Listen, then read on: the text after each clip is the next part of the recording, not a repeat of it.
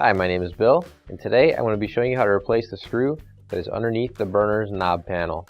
The reason why you'd have to do this is because the screw is damaged or missing and the panel is loose.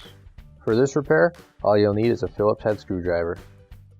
Warning: before doing any repairs, please disconnect your power source. So this is the stove we're going to be using for this repair. It's a Whirlpool.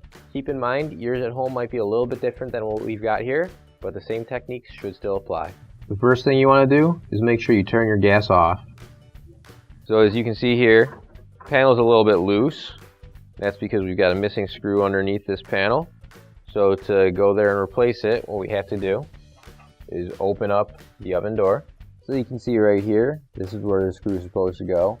We've got one on each side.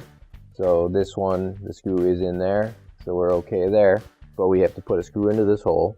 Grab your new OEM replacement screw. If you don't have one already, you can find one on our online store.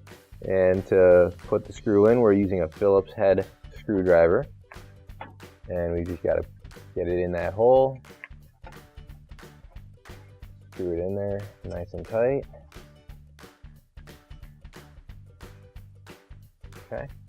So now after we put the screw back on, you can see the panel is staying in place. It's not loose anymore. So you can close your oven door and your repair is complete. And now we can turn our gas back on. Finally, don't forget to plug in your appliance. If you need to replace any parts for your appliances, you can find an OEM replacement part on our website, pcappliancerepair.com. Thanks for watching, and please don't forget to like, comment, and share our video. Also, don't forget to subscribe to our channel. Your support helps us make more videos just like these for you to watch for free.